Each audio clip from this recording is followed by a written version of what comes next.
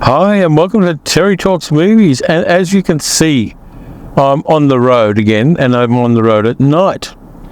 And it's 2 a.m, and I'm heading into the city of Melbourne across the Westgate Bridge in order to show you a bit of the city at night. It's the morning after the American election, and I know a lot of people are in pain about it, and I can totally understand why. I'm in pain about it a little bit. Yesterday, while all of the kerfuffle was kerfuffling, I actually went to the cinema. I went to the Sun Cinema and saw a couple of movies. I saw Saturday Night, and I also saw an Australian horror film called The Mugai. I'm going to review them separately, so I'll keep hold of that. But in between the two movies, I had about an hour to kill. So I went and got some lunch in Yarraville, and it was really interesting. It was a very hot day. It was like 33 degrees, and there was a hot wind blowing. By the way, we're now going over the Westgate Bridge. There was a hot wind blowing, and I sat down at the cafe, had my lunch, and the weird thing was everybody around me was on their phones, scrolling to see what was happening there.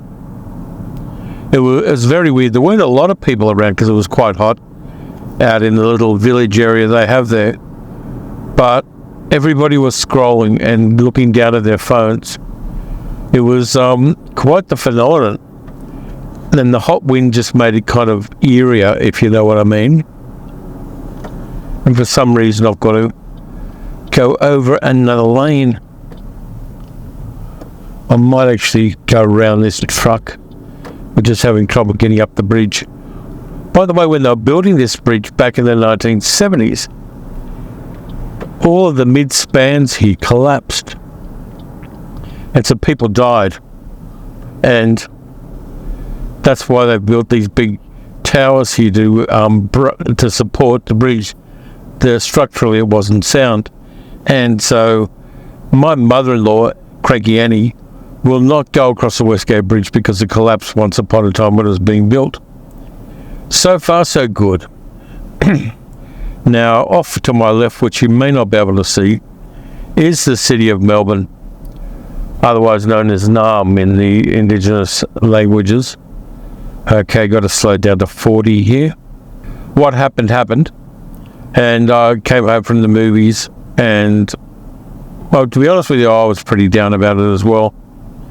It's a bit of a shock because fascism is scary. I mean, I know a number of you are in the United States, and a number of you voted against fascism, which is something that both of my grandfathers would agree with, because they actually put their asses on the line and fought it. And if you think I'm using hyperbole when I say that, I'm simply not.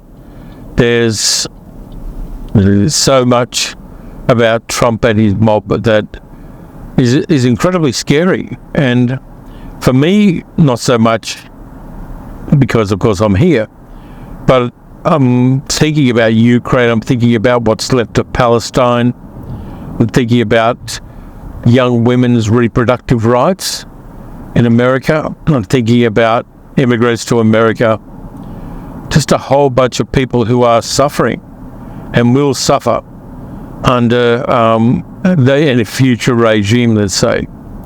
And the really scary and weird thing is that this is the election that social media weaponized against America. Musk has had a lot of meetings with Putin. I did see a YouTube video from a whole bunch of intelligence agent people, like ex-intelligence people, talking about that Trump-Putin Musk axis, and what they had to say, which was grounded in evidence, was pretty bloody scary. Okay, I'm in the correct lane to go to the city, so that's promising. These lanes always get a bit weird, as you can see up ahead. Well, you probably can't because the bloody thing's gone blurry.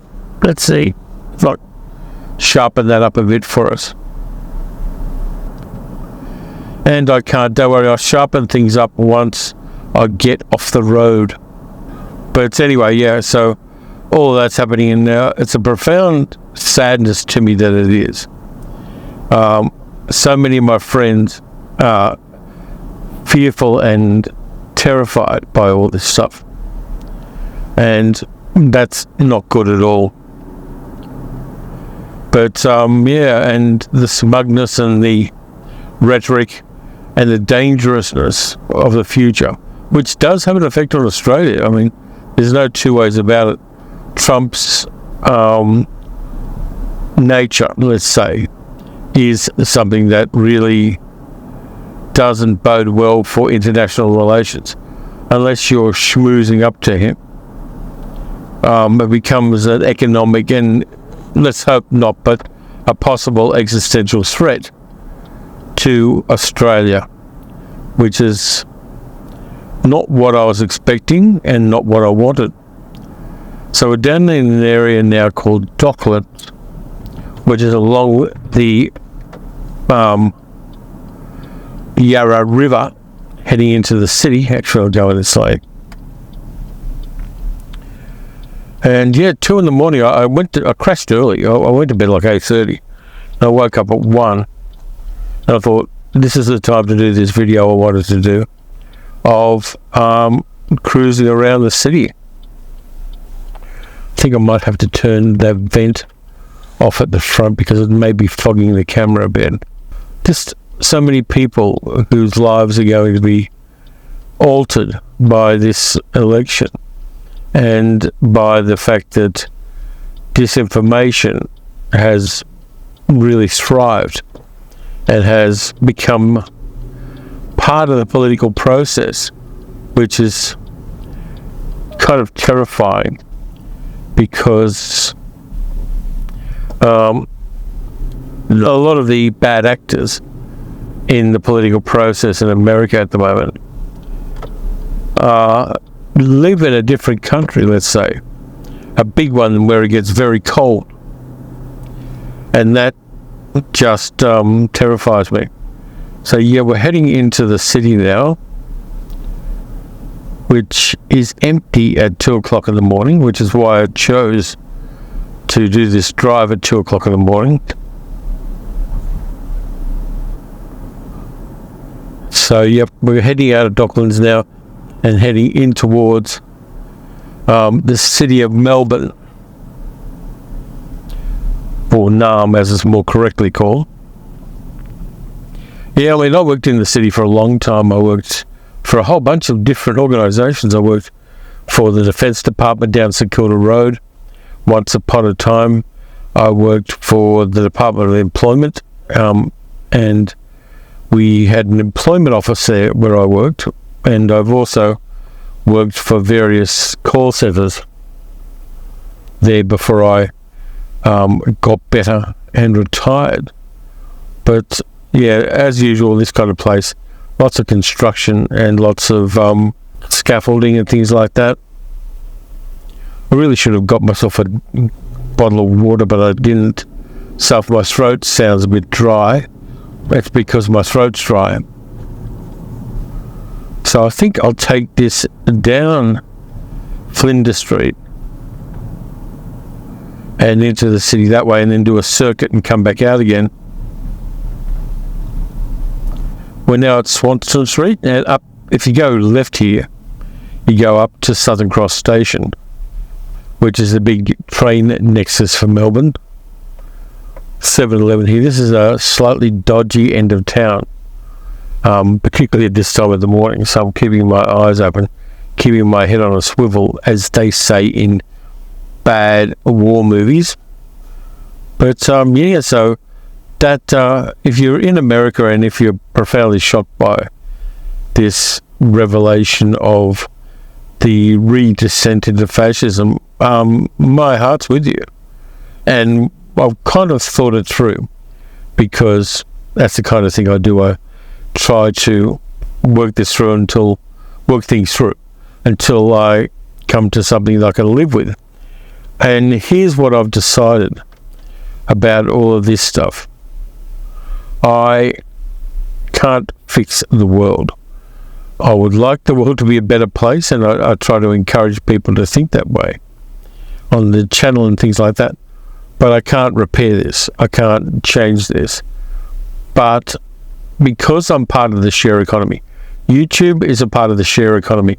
You share what you have to offer to the world, and we just got over tram tracks, and you hope that the world will give you some kind of recompense for it.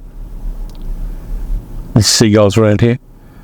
And being part of that share economy, what I can do to try to help people is keep talking about movies, keep being a friendly voice for people who are in a bad way for whatever reason, or just need a friendly voice at times.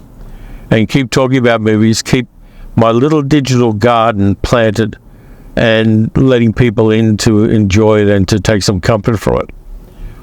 Beautiful vaulted railway tracks there over on the right, which date back to the Victorian era. And up ahead it will be coming past Flinders Street Station, which is a grand old train station which has a ballroom in one of the upper levels of it, which never gets used. Every now and then they'll take pictures of it and put it up in the news, but the ballroom never gets used, which is kind of kooky. You know, they haven't renovated it at all. And there's enormous new subway train tunnels we'll be crossing as we get towards Flinders Street Station, which are like 30 or 40 metres underground. And they're going kind of across the route we're going. Really, really big project, because stations haven't opened yet. But my nephew Billy is going to love it, because he's a train nut in every single way possible. Where's this guy going? Okay. Yeah, so we're coming up to Elizabeth Street and Swanston Street. And do these seagulls ever sleep? And here are the tram stops that we've got here. And of course I can't go that way because they've still got the... Oh, have they? No, they haven't. But one way or the other I'm going to go up Elizabeth Street, because what the hell. This again is one of those all-night, slightly dodgy areas of Melbourne where it looks like trucks just kind of block off all the roads for some reason. I think I've got a green light here, but so I'll go anyway. And I will go up Collins Street. No, I won't, because I don't want to do a hook turn. Hook turns are a painful thing that Melbourne has, where you go into the left lane to turn right, where there's a tram track. So I'm not going to do that. So plans have changed. But yeah, we're right in the middle of Melbourne now. We should go up towards Chinatown, because that might be a bit of fun. I'll go up Lonsdale or one of those streets here in Melbourne. But yeah, if we turn up Collins Street, which is the one we're crossing, we end up in what they call the Paris end of Collins Street, which is where all the posh shops are in Melbourne. And real people don't ever go there unless they work there. But more bloody seagulls. Those things must be on some kind of amphetamine. Look at them. Or maybe this is the best time to go for food. So we're just crossing Little Collins Street now. And then we go to Burke Street. And Burke Street, if I try to turn right here, is a shopping mall. So I'm not going onto Burke Street. But I will, I'll do a bit of a circuit, I think, and circle around. Off to the left there, you might have seen off to the right, you might have seen a big Victoria building just as we were crossing Burke Street. That building is the old post office, which appears in the 1959 version of On the Beach. There's a couple of scenes filmed outside that.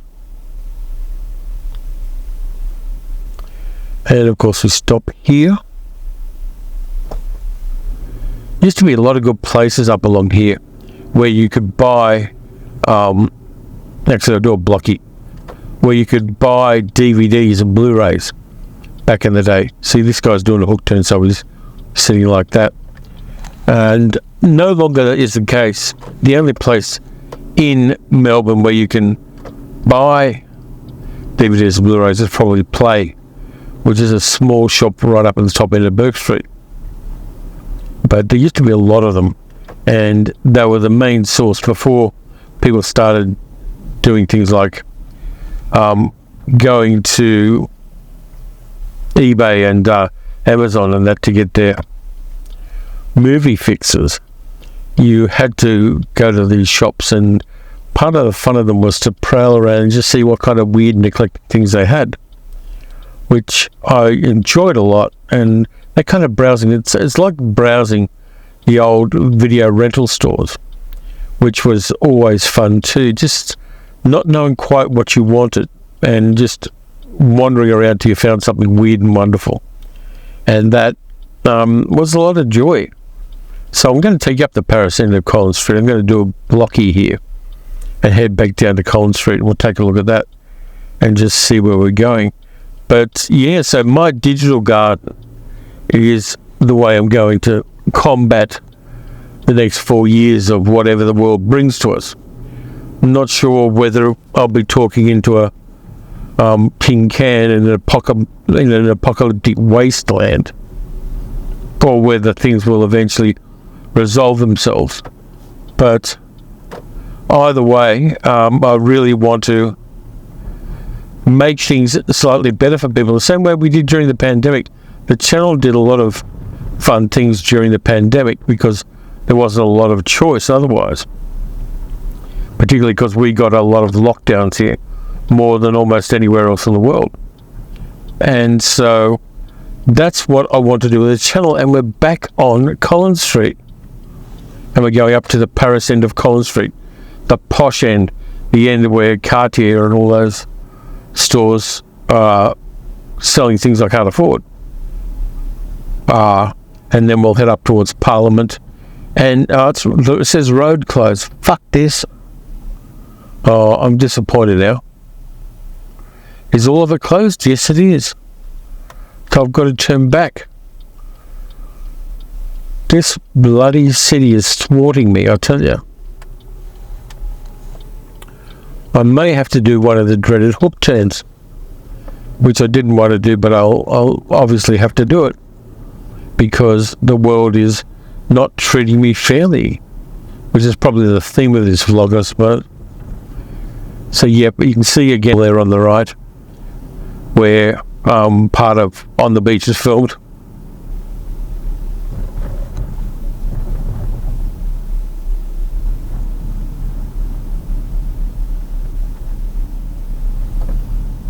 Can't do a hook turn there. Can I turn right here? No, I can't do a right hand turn here, but I can do a hook turn up at the next one, which I will indeed do because I can. I'm getting a little bit busier in the city, isn't it? Just checking my microphone. Yeah, the microphone's still recording.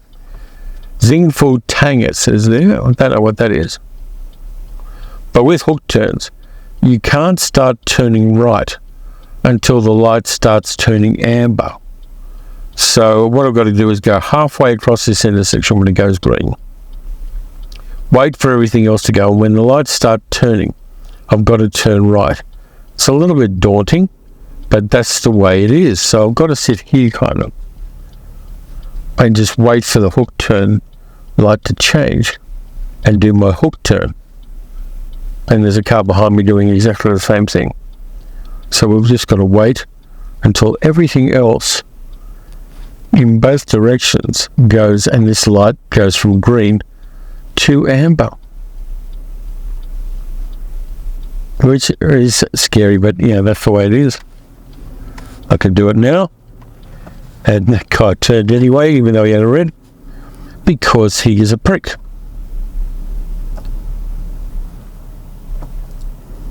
So yeah, we're up on Lonsdale, I think it is.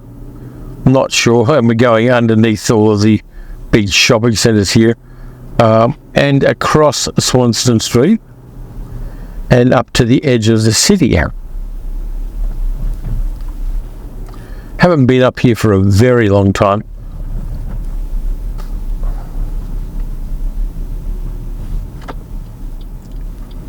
And used to turn up here a lot more when I lived closer to the city. But because we're about 30 kilometres out, we rarely have a reason to. Might actually turn here, up here to the right, is an all-night restaurant called Stalactites, which does all-night Greek food. And for some reason, it's still all night. But Stalactites does really good Greek food, and you can get it 24 hours a day. So now we're up on Russell Street and wandering kind of on the edge of Chinatown. Chinatown kind of crosses here. It's not as extensive as it is in some other places, but it is here, and it has been for about 150 years. So I'm going to go up here now onto Burke Street, and there's a big cafe there. But this used to be the cinema district. But it isn't really any longer, because a lot of cinemas are closed down. And so up at Burke Street here, finally got to Burke Street. See the Welcome Stranger on the left. That used to be an employment office where I first started working for the Employment Service. And now they've turned it into a poker machine establishment, like a slot machine establishment. So up here past the Hill of Content bookshop, and in one of these little side streets here is Play, the place that still sells DVDs and Blu-rays. But right ahead of us, you've got the State Parliament, the House of Parliament, where normally you get a ton of protests during lots of days, and a lot of people have their wedding photos taken on the steps of Parliament for some reason. But it's a grand old building built on sheep and gold, because Melbourne was one of the richest cities in the world in the late 19th century. Okay, so I'm going to go up here and around here and kind of out of the city a little bit and head who knows where. Should I go there? Should I go there? Decisions to make.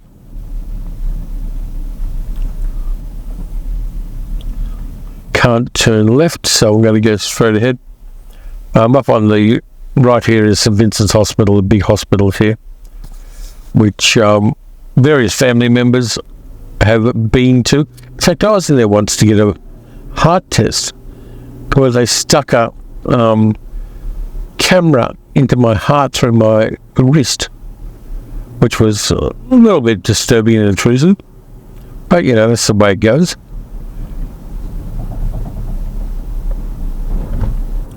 I know what I'm going to do. I'm going to take you down to Gertrude Street, because Gertrude Street's interesting. So we're just out of the city now. Was that? Did I miss Gertrude Street? No, I think it's here.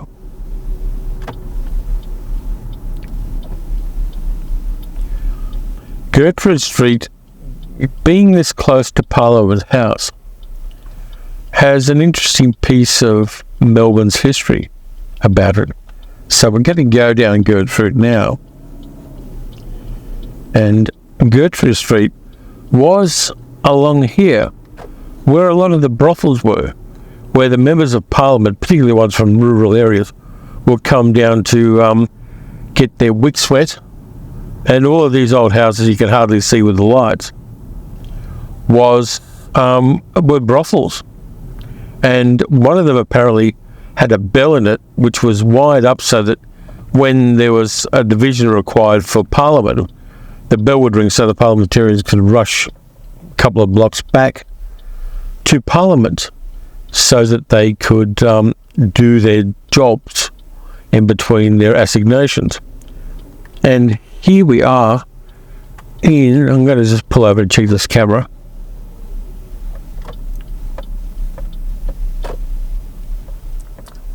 Oh yeah, it seems to be recording okay. So here we are in Brunswick Street. Now Brunswick Street, there's an enormous apartment block there, which is one of those brutalist architecture apartment blocks. You just see it as I'm pulling out, which are going to be destroyed eventually.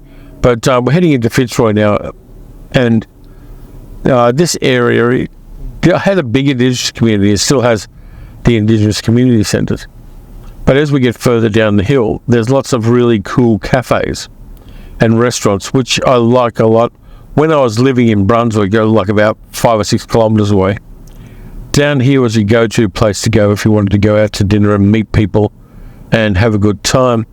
Lots of good restaurants and cafes. And in fact, I got drunk with my little sister in one just down past the next set of lights. Weird little cafe with exotic cocktails.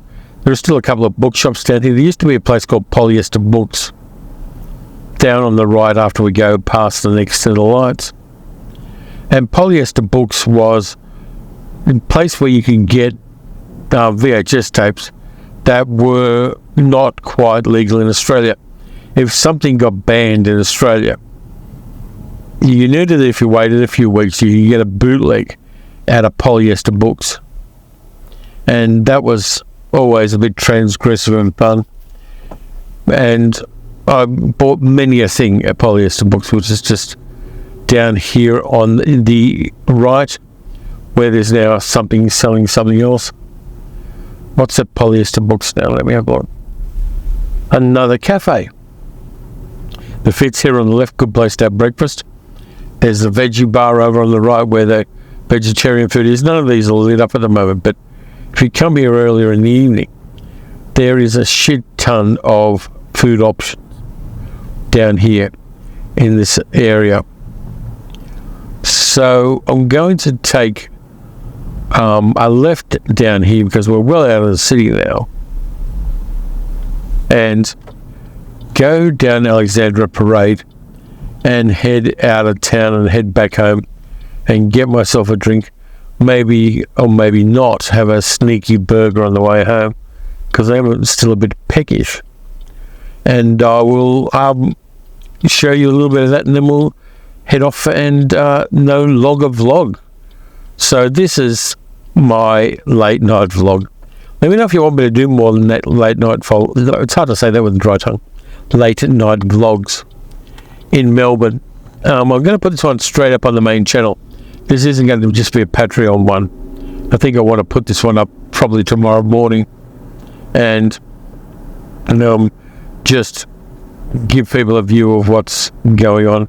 And because it is timely because of the American election business, I thought I would do that. So we're going to be heading over. So yeah, I might as well just end it there. There's not much else I want to say, and also this dry mouth is getting to me. But thanks a lot for watching and being a part of this. If you enjoyed the channel, please like, subscribe, hit the notification bell. You can also support the channel by becoming a channel member or by becoming a patron at patreon.com/TerryTalksAndMovies. Back to movie stuff next time. But until next time, take it easy and look after yourselves, and the channel is going to be here to keep you entertained. Catch you later.